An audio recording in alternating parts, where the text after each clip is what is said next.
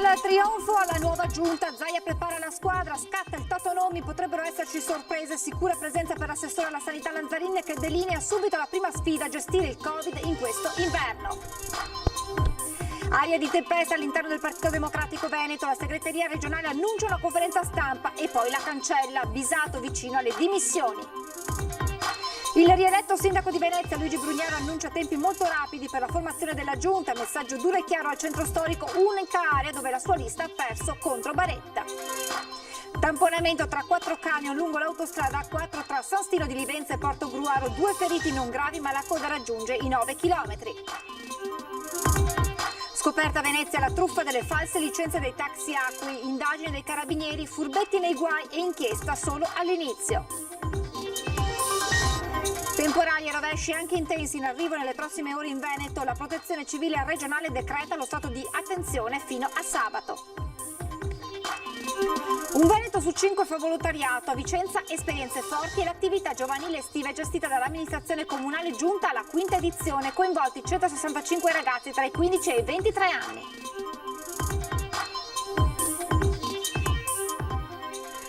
Buonasera, ben ritrovati con l'edizione regionale dei telegiornali di Antenna 3. In primo piano naturalmente l'esito di queste elezioni regionali, perché dopo il responso delle urne ora ora il governatore Zaia deve pensare alla nuova giunta regionale. L'attenzione si sposta sulla sua squadra che sceglierà per governare il Veneto nei prossimi 5 anni e potrebbero esserci delle sorprese.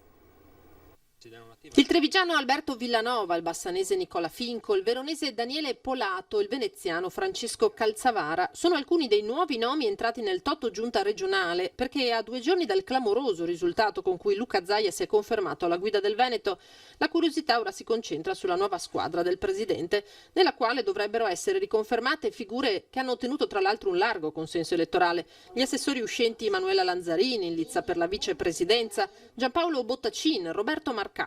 Me l'aspetto, mi farebbe piacere, insomma, ecco, questo sì, ovviamente sì. Sono valutazioni che farà il Presidente tenendo conto delle capacità personali, delle capacità di interlocuzione con il territorio, della territorialità, perché poi insomma, anche gli assessori devono rappresentare un territorio, quindi insomma ci sono mille sfaccettature che vanno contemplate. Probabile la conferma in giunta anche di Elisa De Berti, in corsa pure Federico Caner. Alla cultura potrebbe venire nominato Villanova, ma un posto potrebbe ambirlo anche Finco. Lega a parte, ci sono poi gli equilibri con gli alleati da salvaguardare, in particolare Fratelli d'Italia. E se l'uscente Elena Donazzan appare la scelta più ovvia, potrebbero avanzare pretese i veronesi, con Polato anche lui oltre le 10.000 preferenze. Non rimane che aspettare, dice Marcato. Ci sarà prima il primo consiglio regionale con la proclamazione degli eletti. Io credo che arriveremo a farlo nell'arco di 10-15 giorni. Fatto quello, poi il Presidente si riserverà un periodo, io credo breve, e poi nominerà la nuova giunta. Quanto alle sue dichiarazioni sui candidati della lista Zaia, definiti dei finti leghisti, Marcato non torna indietro, anzi. Se qualcuno invece immagina che far parte della Lega sia stare su un vettore, su un treno che ti porta ad avere scranni o careghe, ha sbagliato. Partito di sta gente qua, io non so che farmene. Lo dico e lo dirò sempre. I partiti si sostengono se hanno una struttura, delle regole e un'etica. Non si può prescindere da questo. Sta continuando a lavorare come assessore alla sanità Emanuela Lanzarin, che resterà in carica fino alle nuove nomine da parte del presidente Zaia. L'assessore che ha gestito l'emergenza Covid con più di 10.000 preferenze è appena stata rieletta consigliere regionale. Sono molto contenta, molto soddisfatta e devo ringraziare tutti coloro che mi hanno votato e mi hanno ridato fiducia. 10.370 preferenze, la donna più votata nella Lega. Emanuela Lanzarin ha raccolto nelle urne i frutti del lavoro degli ultimi 5 anni da assessore regionale, prima al sociale, poi anche alla sanità e soprattutto dei durissimi mesi dell'emergenza Covid-19, di cui ancora continua a occuparsi da assessore in carica fino alla formazione della nuova squadra del presidente Zaia. Zaia. Ci stiamo occupando a pieno di quelle che sono le problematiche, insomma, con i direttori generali per l'emergenza, le riaperture delle scuole, la nuova rete, il piano di sanità pubblica, quindi nel mentre stiamo lavorando su questo per intensificare tutto il possibile e per essere pronti qualora, insomma, questo autunno e questo inverno dovessimo affrontare delle situazioni più critiche. Ma lei non si è riposata neanche un attimo? Poco, direi molto poco, però credo che se c'è bisogno di essere in campo in prima linea è giusto che chi ha ruoli istituzionali e amministrativi sia in campo in prima linea. La strada fatta ha portato il governatore Zaia e la sua squadra fin qui, tante le sfide che si profilano all'orizzonte per i prossimi 5 anni. Dobbiamo soprattutto in questo momento cercare di affrontare quella che è l'emergenza coronavirus e quindi essere pronti a quelli che sarà appunto l'autunno, l'inverno, l'arrivo dell'influenza, le paure, le angosce giuste e reali dei cittadini. Quindi dovremo essere pronti col piano di sanità pubblica, già lo siamo, insomma, e mettere in campo tutti i tasselli importanti e fondamentali. L'altro punto su cui appunto non possiamo, è imprescindibile, su cui bisogna ricominciare è la battaglia sull'autonomia. C'è invece aria di tempesta all'interno del Partito Democratico Veneto. La segreteria regionale annuncia una conferenza stampa e poi la cancella. Il segretario Bisato, grande escluso del Consiglio regionale, potrebbe essere vicino alle dimissioni. Una conferenza stampa annunciata e subito cancellata, mentre nello stesso momento partivano le lettere di convocazione della direzione generale. Aria pesante quella che si respira nelle stanze della segreteria regionale del Partito Democratico all'indomani della sconfitta patita dalla corazzata anti-Zaia che aveva schierato il professor Arturo Lorenzoni nella tiepida speranza che l'esperimento padovano fosse replicabile anche su scala regionale. Il PD e il progetto Il Veneto che vogliamo sono riusciti però nell'impresa di far peggio della candidata del 2015, la renziana Alessandra Moretti, che aveva raggiunto uno scarso 22%.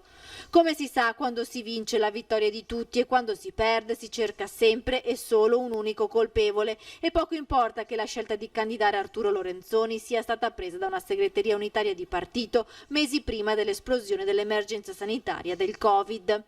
Ora si deve dare un nome al colpevole del disastro elettorale che si è consumato il 20 e il 21 settembre e forse il primo a pagare potrebbe essere proprio il segretario regionale Alessandro Luigi Bisato, che si ferma a poco più di 5.000 preferenze e non riesce a entrare nemmeno in consiglio regionale, lasciato solo mentre l'establishment del PD si è prodigato per Vanessa Camani, candidata entrata in consiglio regionale. Bisato potrebbe dimettersi, il segretario regionale, chiuso nel silenzio, aspetta un incontro con i vertici del partito. Il PD, che ha bisogno di iniziare una nuova fase di ricostruzione, come consiglia la voce critica della sinistra padovana Elio Armano. È stato deciso da 3-4 persone, quelle 3-4 persone dovrebbero decisamente, in modo molto dignitoso, trarre le conseguenze di questa situazione e lasciare spazio a una grande operazione di rinnovamento vero perché nel Veneto, anche davanti a questa situazione, a questa potenza di Zaia stesso, ma prima di tutto i veneti hanno bisogno delle idee di tutti, hanno bisogno di un'opposizione forte. Domenica e lunedì si è votato anche per le amministrative, 40 i comuni veneti andati al voto, tra questi il più importante Venezia. Allora, passati i festeggiamenti per la rielezione a sindaco al primo turno, Luigi Brugnaro annuncia tempi molto rapidi per la formazione della nuova giunta. 14 Fucsia, 5 Lega, 2 Fratelli d'Italia e un Forza Italia. Dovrebbe essere questa la distribuzione di seggi della maggioranza nel nuovo Consiglio Comunale di Venezia. La lista Luigi Brugnaro sindaco si conferma prima forza a Caffarsetti, dove peserà il triplo del suo maggiore alleato, la Lega. Brugnaro intende bruciare le tappe per la formazione della nuova giunta. Il timing è immediato, noi appena abbiamo le cose andiamo avanti, siamo gente che lavora, cioè non è che ci facciamo appena è possibile, deve esserci la Corte d'Appello che fa la nomina, sono una serie di adempimenti burocratici che vanno fatti con la massima trasparenza, si verifica tutto quello che deve essere verificato e poi si parte, anche perché stavolta ho il vantaggio di 5 anni di esperienza, l'altra volta non sapevo niente, adesso so dove mettere le mani. Poi dopo la campagna elettorale ho capito ancora meglio. Rispetto a 5 anni fa, Brugnaro avrà dalla sua anche quasi tutte le municipalità. Oltre alla riconfermata Favaro Veneto, il centrodestra ha vinto anche a Mestre Carpenedo, Lido Pellestrina, Chirignago Zelarino e persino a Marghera. Abbiamo qui francamente sconfitto il partito della paura, quello che diceva che fare un termovalorizzatore sia uccidere la gente. Cioè questa cosa qua, i cittadini, quel voto in segreto hanno detto di no, non ci credono. E questa cosa la continueremo a dire, la scienza deve vincere sulle paure. Il plebiscito pro Brugnaro si ferma però col Ponte della Libertà. In centro storico, come viene chiamata Venezia nel sito del comune, ha vinto Pierpaolo Baretta e anche la municipalità di Venezia, Murano e Burano, è restata al centro-sinistra. Il nuovo presidente è Marco Borghi. Per Brugnaro l'unico neo in un'elezione da incorniciare. Se i cittadini del centro storico sono convinti che risolve il turismo e i problemi li risolvo io, no? Te che domandi a ore adesso? Adesso la municipalità di Venezia ci dirà se voglio i tornelli o no. Voglio sentirli, perché basta che arriva a Brugnaro il provinciale, quello che arriva dalla periferia a risolvere i problemi del centro storico. È finita sta storia. Io i cassonetti a Venezia non li pulisco più, li ho puliti 5 anni, adesso voglio vedere quanti veneziani della municipalità, del PD e tutti quanti i vari vengono a pulire con me. Vengono a pulire con me. Lasciamo la politica, passiamo alla cronaca. Un'altra giornata di passione lungo la A4 per il maxi tamponamento tra 4 camion avvenuto poco dopo le 13 tra gli svincoli di Portogruaro e San Stino in direzione Venezia.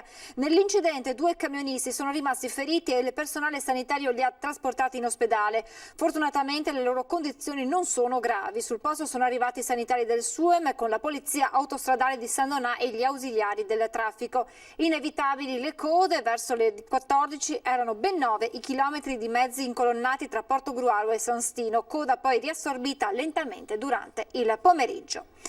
Scoperta a Venezia la truffa delle false licenze dei taxi acque, i documenti rilasciati dall'autorità marittima lagunare. Indagini del nucleo Natanti sta mettendo alla luce una serie di furbetti ora finiti nei guai. A Venezia è scoperchiato il vaso di Pandora con la truffa delle false licenze di taxi acqueo, denunciati un 67enne e una 37enne, rispettivamente padre e figlia, con il taxi di famiglia ora posto sotto sequestro. I due, per mantenere in casa la redditizia licenza di taxi acqueo, erano disposti a tutto, anche a falsificare i documenti di equipaggio, ma sono stati smascherati dai carabinieri del nucleo Natanti di Venezia. Le indagini hanno messo in evidenza come i due, per salvaguardare il business familiare appunto, fossero riusciti ad indurre in errore anche l'autorità marittima. Esatta all'originale infatti la riproduzione della falsa licenza di navigazione e così dei titoli professionali e dell'autorizzazione a navigare. Ancora in corso l'attività di indagine con altri furbetti che avrebbero falsificato il ruolino di equipaggio o imbarcato marittimi dietro l'autocompenso per proprio tornaconto personale da una parte e dall'altra la possibilità di avere maggiori permessi e quindi scalare facilmente le graduatorie per aggiudicarsi eventuali bandi pubblici, a danno dei soliti onesti paradossalmente destinati a rimanere invece senza licenza comunale. Siamo ora all'emergenza coronavirus, diamo subito un'occhiata al report del pomeriggio di Azienda Zero relativo ai positivi nella nostra regione. Sono 73 i casi in più rispetto al report della mattinata, 25 a Venezia, 16 a Verona, 10 a Vicenza e 10 anche a Padova. Il numero più significativo: si registra nelle ultime ore un decesso in più rispetto al bollettino della mattinata e si registra un incremento di ricoveri nelle aree non critiche degli ospedali del Veneto, con 8 pazienti ricoverati in più rispetto alla mattinata. E la Regione Veneto è la prima in Italia ad aver già deliberato la gratuità del vaccino anti-influenzale per i bambini dai 6 mesi ai 6 anni, che potranno farselo somministrare anche dal proprio pediatra di libera scelta e non più solo dai servizi di igiene. Una vaccinazione fortemente raccomandata, spiegano i pediatri, soprattutto per evitare sovrapposizioni con il Covid-19. E questa mattina hanno preso il via i tamponi all'ex dogana di Treviso e da subito si sono create lunghissime code di auto tra i cittadini in attesa, anche molti genitori con i figli da sottoporre al test per un raffreddore dicono dobbiamo fare il tampone, così non va bene. Primo giorno di tamponi, modalità drive-in negli spazi dell'ex dogana di Treviso con lunghe code di auto in fila già prima delle 8. La colonna di vetture a metà mattina arrivava fino alla Nualese con i conseguenti disagi al traffico anche in direzione degli spazi doganali della città. Attese anche di 2 ore, ci raccontano i cittadini, a bordo dei propri mezzi prima di arrivare sotto il grande tendone allestito per effettuare il test. Il medico, visto che siamo stati un po' a contatto con qualcuno in altre regioni che è meglio, ci ha detto è meglio farlo e lo facciamo volentieri. Via.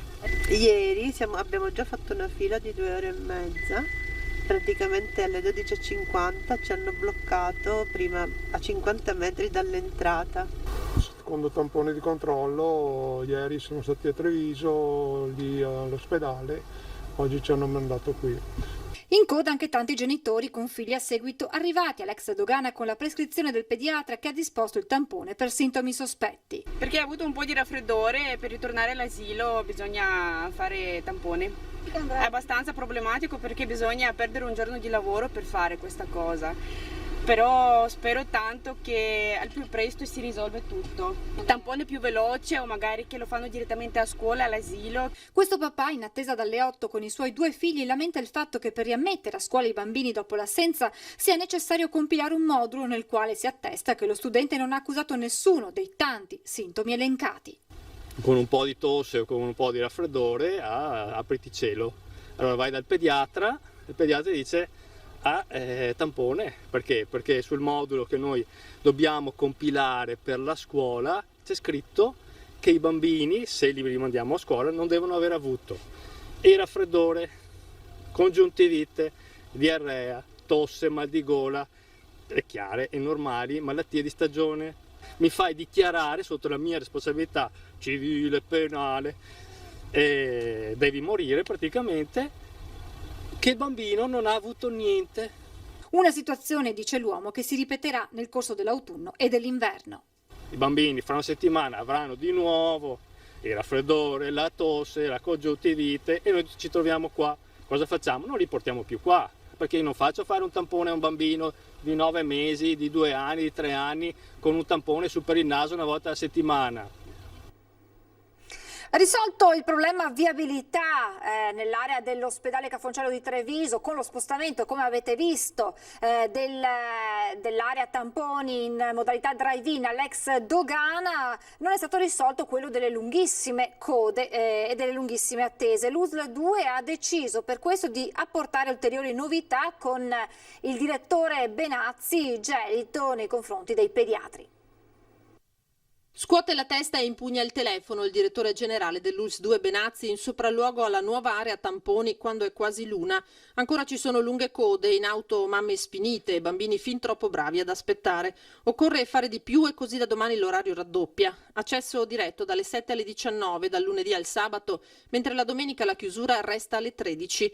Ma dal momento che l'emergenza è provocata dal massiccio invio a sottoporsi al test di bambini e ragazzi, dalle 7 alle 12 potranno sottoporsi al tampone solamente gli under 18. Da mezzogiorno in poi test accessibile anche agli adulti. In modo tale da garantire ai bambini una velocità di esecuzione e soprattutto di non aspettare troppo, perché i minori che stanno in macchina chiaramente possono avere anche, come dire, star male, oppure evidentemente tenere un bambino chiuso in auto non è il massimo, per cui ci scusiamo, ci stiamo riorganizzando in tal modo, avendo saputo che i pediatri non hanno nessuna intenzione di fare i tamponi loro. Tra direzione dell'ULS 2 pediatri e gelo, il direttore lascia chiaramente intendere che è la mancata disponibilità dei pediatri ad aver causato questa situazione. Io non voglio fare polemica, non lo vorrò fare mai, dico solo che visto che c'è questa situazione è il sistema sanitario nazionale e quindi il pubblico, quindi l'igiene pubblica, quindi l'ospedale ha dovuto riorganizzare il sistema e lo stiamo facendo. Tengo a precisare che fino all'altro ieri tenevamo botta senza problemi, avevamo 400 massimo tamponi al giorno qui a Treviso. Oggi ormai stiamo sfiorando i 700. Orari raddoppiati anche negli altri distretti, nei nuovi punti tamponi che saranno allestiti la prossima settimana dal Tivole all'ex Velo di Via Piave e alla Zoppa Sarena a Conegliano. A Oderzo l'area messa a disposizione dal comune è quella dell'ex Foro Boario, ma in quel caso l'orario rimarrà sempre 7:13. L'altra faccia della medaglia è che a meno di 10 giorni dalla riapertura delle scuole le classi in quarantena sono già 21. Questo è un impatto che significa arrivare nel giro di poco tempo al lockdown delle scuole. Per evitarlo l'ULSS è determinata a fare i tamponi in classe, risparmiando la quarantena ai negativi. Stiamo ragionando, venerdì noi abbiamo un CESP che è il nostro comitato, andremo a creare un protocollo e poi chiederò alla professoressa Sardella di poterlo attuare immediatamente, in modo tale da entrare nelle classi ed evitare la chiusura delle classi. Ci fermiamo adesso per qualche istante di pubblicità, tra poco.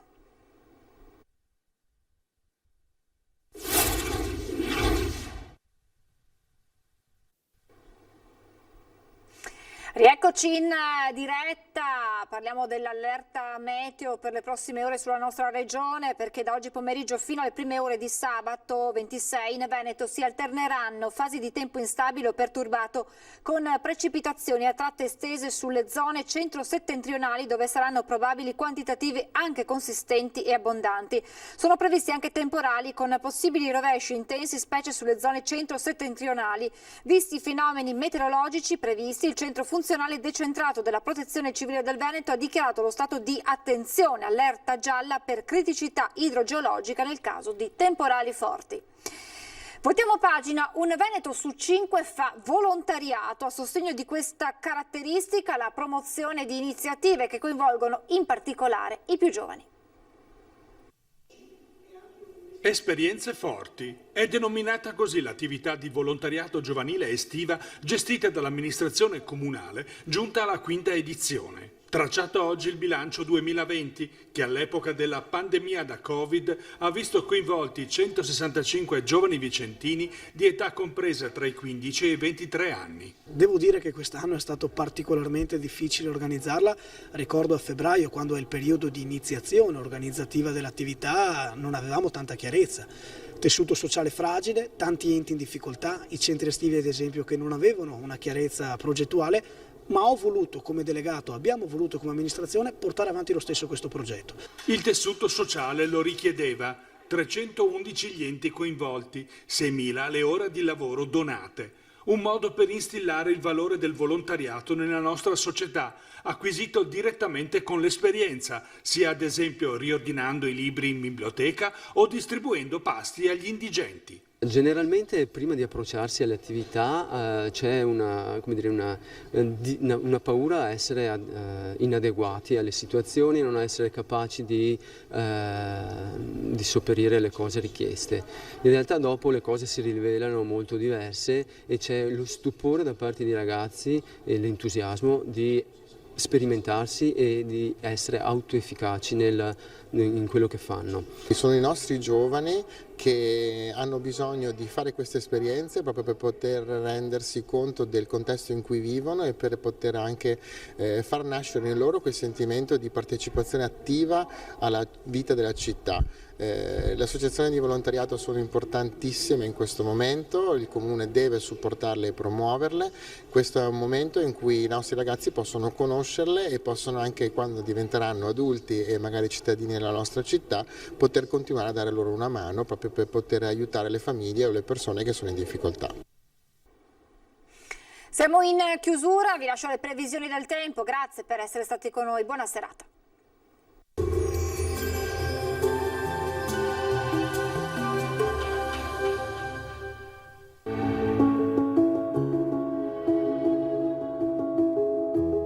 Ad accogliervi sarà Conegliano. Benvenuti al Meteo. Un'intensa perturbazione atlantica raggiunge l'Italia investendo anche il nostro territorio. Il dettaglio di giovedì 24 settembre.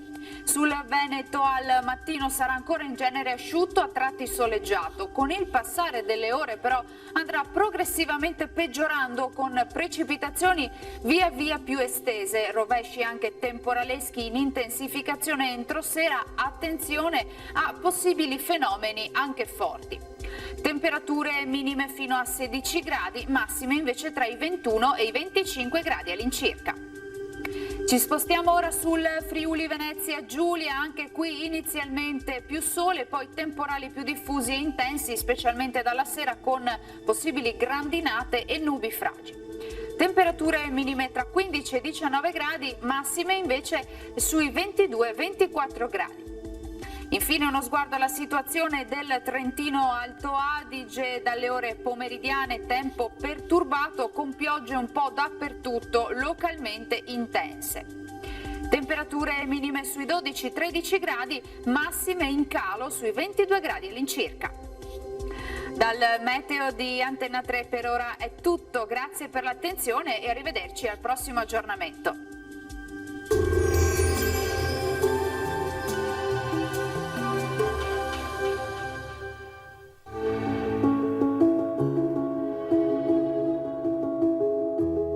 Ad accogliervi sarà Conegliano.